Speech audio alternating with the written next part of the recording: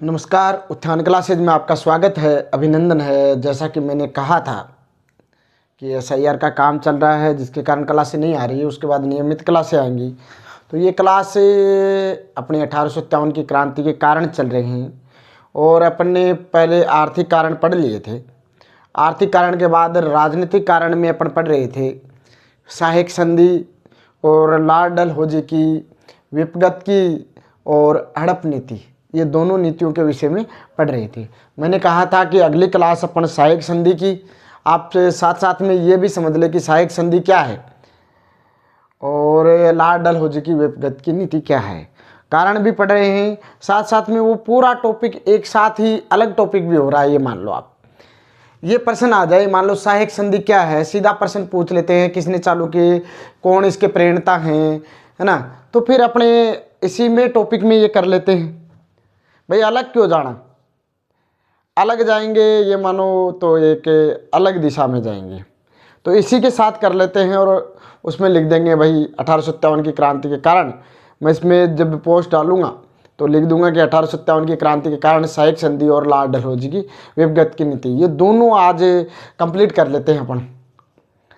तो ये पूरी बेसिक आपके आरएस भी इसमें से निकल रहा है, इसमें से प्रश्न बन रहे हैं। आरएस के भी कोई 2 नंबर का 5 नंबर का प्रश्न बन जाता है, इसमें से सीधा सीधा अन्य परीक्षाओं में भी प्रश्न बन जाता है।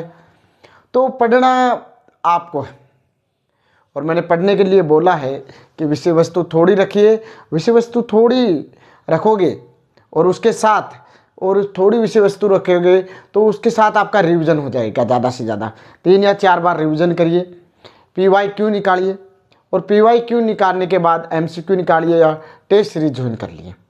ये आपका रिवीजन का सेटलमेंट रहेगा तो अच्छा रहेगा।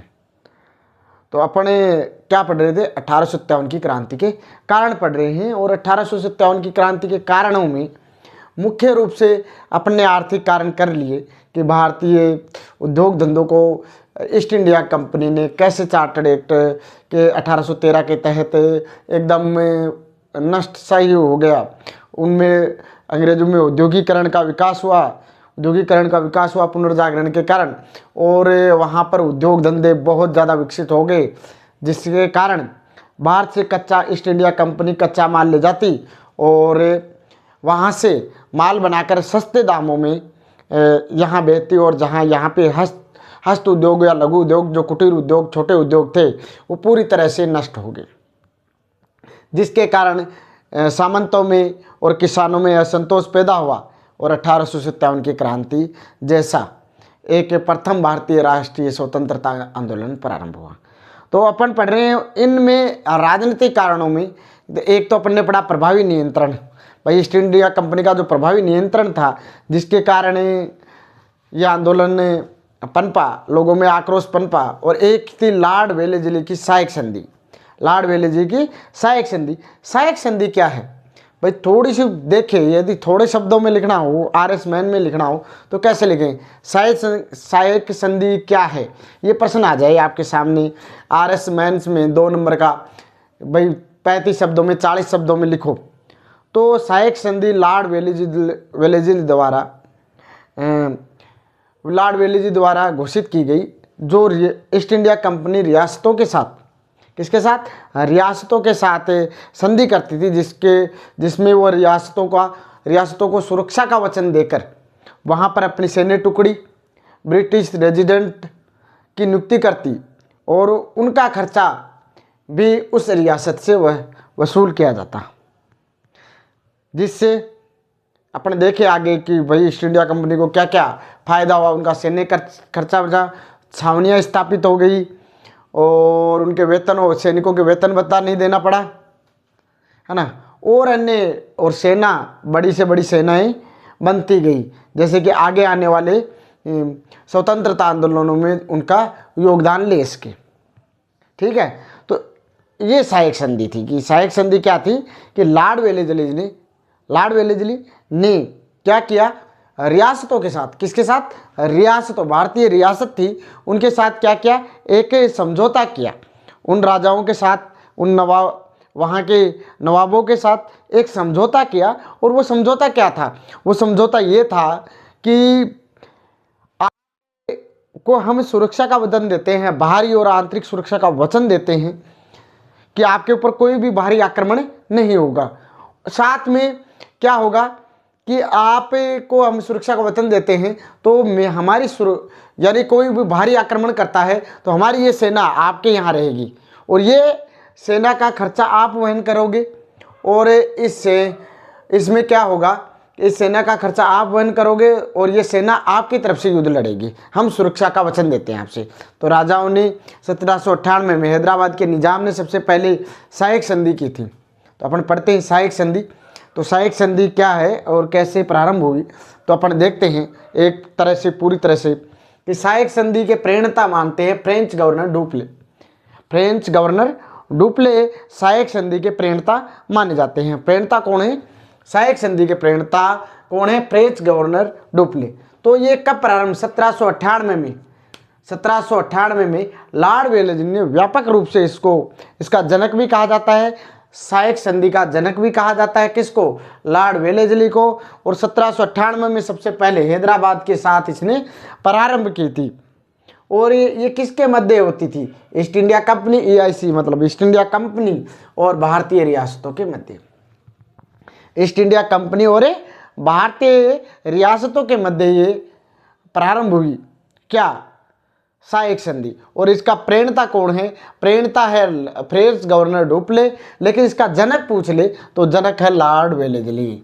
लॉर्ड वेलेस्ली किसका? सहायक संधि का जनक लॉर्ड वेलेस्ली। ये याद रखने। इसमें प्रावधान क्या था, जो मैंने पहले ही आपको बता दिया कि इसमें प्रावधान ये थे कि एक तो ईस्ट इंडिया कंपनी अपनी सेना की एक टुकड़ी जो उसके साथ सहायक संधि करेगा उस रियासत में रखेगी और वह रियासत उस सेना की टुकड़ी का पूरा खर्चा वहन करेगी।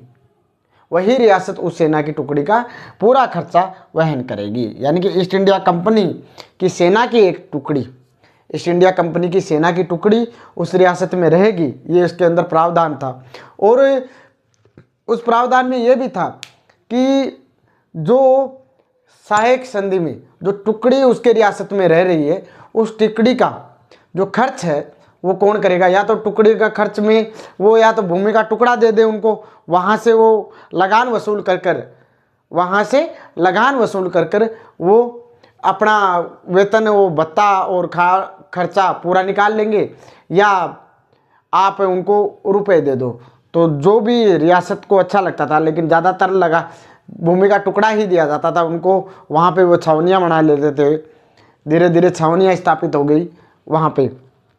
ईस्ट इंडिया कंपनी उस पूरा खर्च भारतीय रियासत उठाएगी, ये बात है। दूसरा प्रावधान था ईस्ट इंडिया कंपनी एक ब्रिटिश रेजिडेंट, क्या? ब्रिटिश रेजिडेंट वहाँ उस रियासत में नियुक्त करेगी। पहले प्रावधान था कि ये ब्रिटिश रेजिडेंट से कुछ भी नहीं करता था। मान लो वहाँ पर नियुक्ति है, लेकिन वो आंतरिक मामलों में कोई भी हस्तक्षेप नहीं करेगा। लेकिन धीरे धीरे क्या हुआ, पूरी तरह ये पूरी बात ईस्ट इंडिया कंपनी को बताता, वहाँ राजा क्या कर रहा है क्या नहीं कर रहा, उसके ऊपर पूरी तरह निगरानी रखता।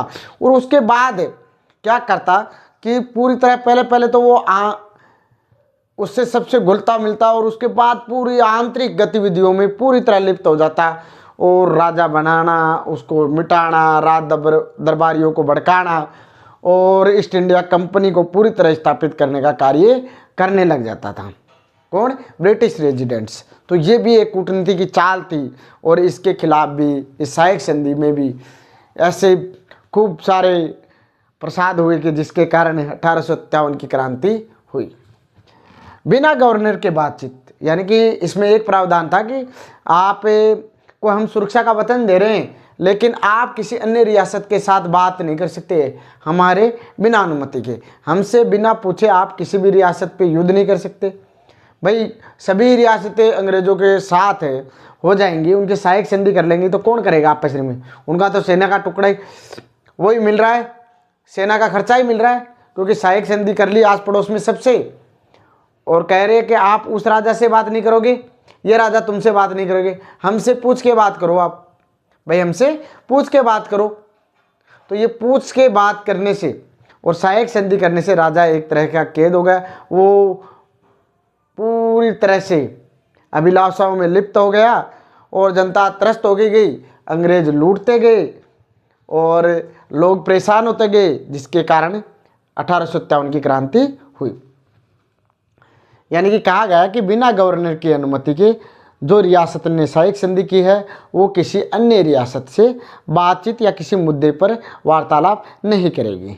EIC उस राज्य की बाहरी सुरक्षा का वचन देगी, कि बाहरी सुरक्षा यानी कि सुरक्षा का वचन देगी, चाहे आंतरिक हो चाहे बाहरी हो, सुरक्षा का वचन देगी। ये है सहायक संधि। ये सहायक संधि के प्रावधान, ये सहायक संधि ये थी। भाई प्रश्न आ जाए कि सहायक संधि क्या है, तो आपको लिखना सिर्फ ऐसे है कि सहायक संधि क्या है। ऐसा लिखना है सहायक संधि में कि सहायक संधि वह है लॉर्ड वेलेस्ली के द्वारा 1798 में हैदराबाद के निज़ाम के साथ इसकी शुरुआत हुई। और सहायक संधि में ये कहा गया कि ईस्ट इंडिया कंपनी अपनी सेना की टुकड़ी एक उस रियासत में रखेगी, एक ब्रिटिश रेजिडेंट उस रियासत में नियुक्त होगा और साथ में ईस्ट इंडिया कंपनी उस रियासत को बाहरी सुरक्षा या सुरक्षा का वचन देती है और वो बिना पूछे भी किसी अन्य रियासत से बातें नहीं कर सकते। ये है सहायक संधि। लॉर्ड वेलेस्ली ने 1798 में इसकी शुरुआत की। आप ये लिख लो। इसके बाद देखते हैं कि कौन किस किस शासकों ने कब कब सहायक संधि की, ये अपने देखते हैं। आप ये लिख लो 1-2 मिनट में।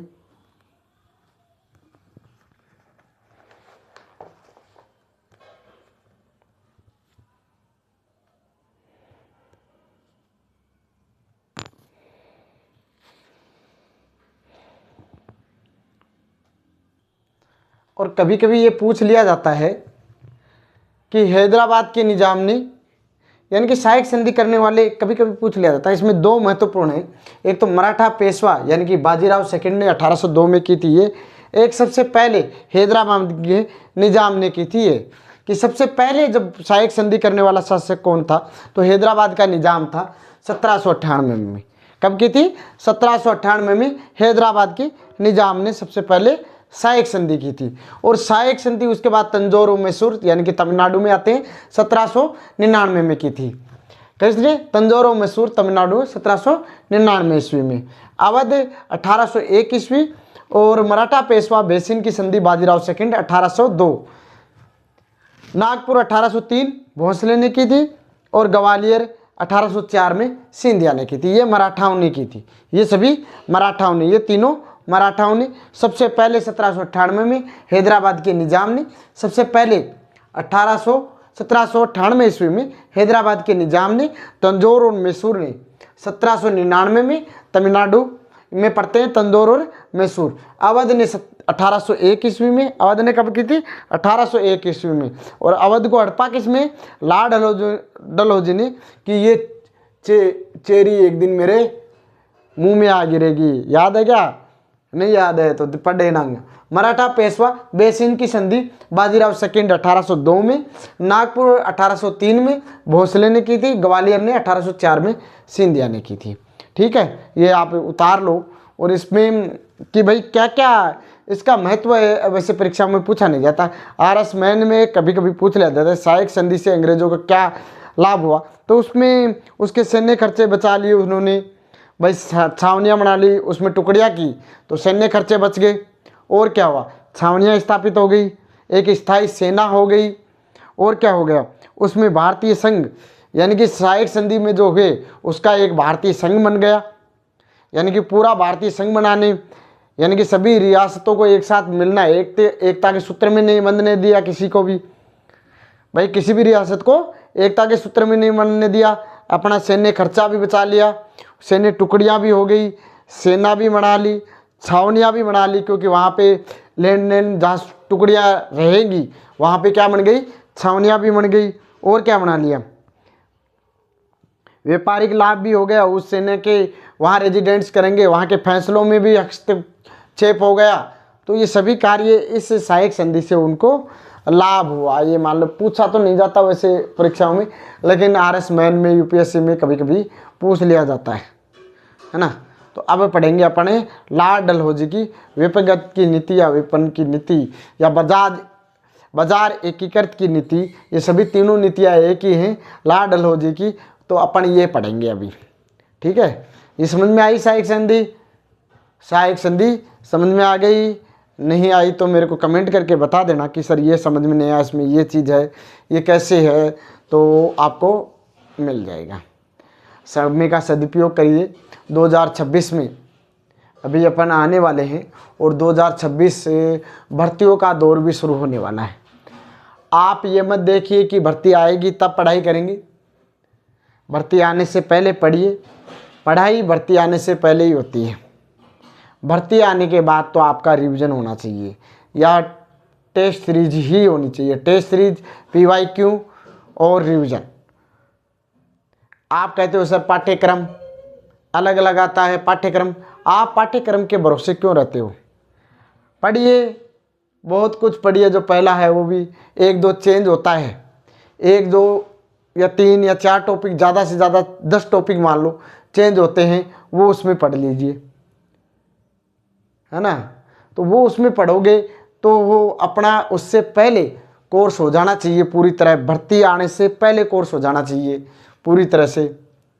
और विषय वस्तु, मैं बार बार कह रहा हूँ, विषय वस्तु सीमित रखिए। एक गाइड ले लो, नोट्स ले लो या कुछ भी ले लो।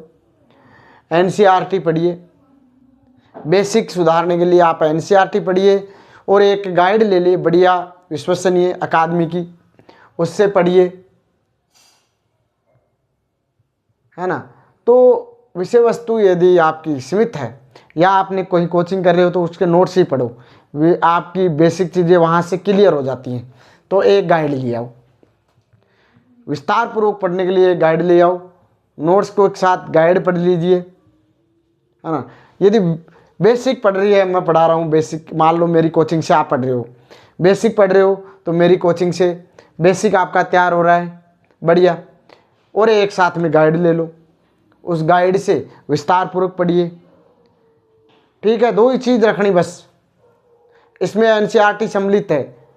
2 ही चीज़ रखोगे तो सही रहेगी। विषय वस्तु छोटी हुई ना, और फिर उसके रिवीजन का ज़्यादा टाइम मिलेगा।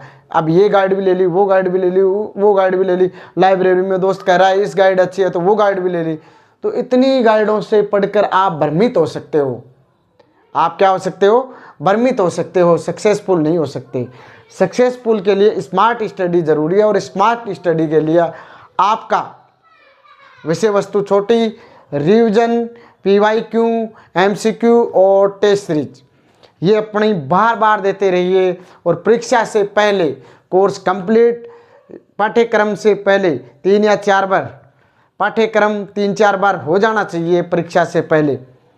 और जब भर्ती आती है तो उसके बाद आप टेस्ट सीरीज ज्वाइन करिए और आकलन करिए PYQ के आधार पर कि किस तरह के प्रश्न टेस्ट सीरीज में अपन कहाँ चल रहे हैं और RPSC का ट्रेंड क्या है, उसके आधार पर अपने को पेपर देना है, ठीक है। चलो अपन पढ़ते हैं अब लॉर्ड डलहौजी की विपगत की नीति, हड़प की नीति, बाजार एकीकृत करने की उसकी नीति, लॉर्ड डलहौजी की नीति, ठीक है। उसके बाद कल अपन और कारण हैं 1857 की क्रांति के, वो सभी पढ़ लेंगे। मैं ऐसे ही पढ़ाऊंगा कि अब 1857 की क्रांति पढ़ रहे हैं तो पूरी 1857 की क्रांति पढ़ेंगे। उसके बाद अपन मूल अधिकार पढ़ेंगे, तो एक मूल अधिकार पढ़ेंगे पूरा। जब तक वो ख़त्म नहीं होता दूसरी क्लास नहीं आएगी। अभी रोज़ एक ही क्लास आएगी क्योंकि समय का अभाव है, क्योंकि 10 बजे से 4 बजे तक स्कूल, उसके बाद कुछ खेलने चला जाते हैं। खेलने के बाद रात को टाइम मिलता है कि नहीं मिलता है, थोड़ी बहुत खाना बनाए, वीडियो बच्चों के साथ सुबह टाइम मिलता है तो बन जाती है वीडियो, नहीं बनेगी। आप अपना पढ़िए गाइड के साथ, और जैसा हो सकता है मैं भी अपना देने का प्रयास करूँगा, ठीक है। तो ये उतार लीजिए।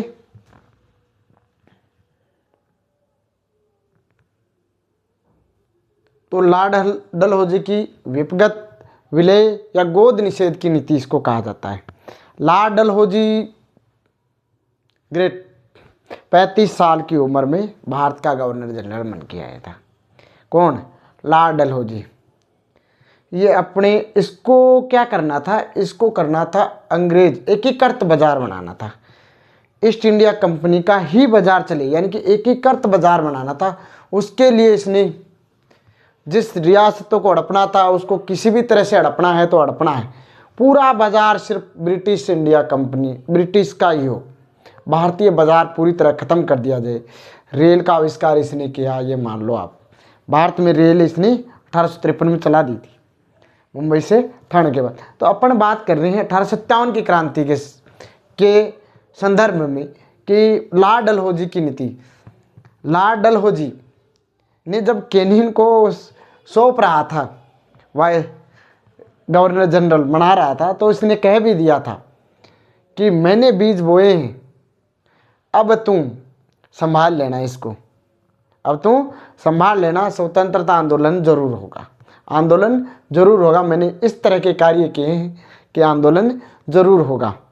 तो लॉर्ड डलहौजी व्यक्तिगत विलय या गोद निषेध के जनक माने जाते हैं। 1838 में सतारा के साथ इन्हें विलय या तो युद्ध के साथ या शांतिपूर्ण के साथ इसने मिला लिया किसी राज्य को, या किसी राज्य को युद्ध के द्वारा मिला लिया। और किसी को गोद निषेध यानी कि दत्तक पुत्र को शासक नहीं बनना जाना, यानी कि को राजा मर गया उसका उत्तराधिकारी नहीं है, और उस इधर से उसको गोद निषेध नीति के तहत माना जाता है। तो लॉर्ड डलहौजी की व्यक्तिगत विलय व गोद निषेध नीति कब है? 1848 में। जनक लॉर्ड डलहौजी। प्रावधान क्या था? यदि किसी ब्रिटिश संरक्षित रियासत, यानी कि ब्रिटिश की कोई सहायक संधि कर रखी है या कोई भी संधियाँ कर रखी है या इसने उसको संरक्षण दे रखा है, उसका कोई भी शासक कर रखी है, तो उसका शासक यदि मर जाए, युद्ध में मर जाए, कैसे भी मर जाए, लेकिन उसके बेटा स्वाभाविक है, यानी कि उसके बेटा नहीं है ये मान लो, और उसने गोद ले रखा, उसको नहीं मरने देंगे। ये नीति है गोद निषेध नीति। गोद निषेध नीति है कि किसी भी को गोद नहीं लेना। खुद का बेटा है तो बन जाए, खुद का बेटा है तो बन जाए।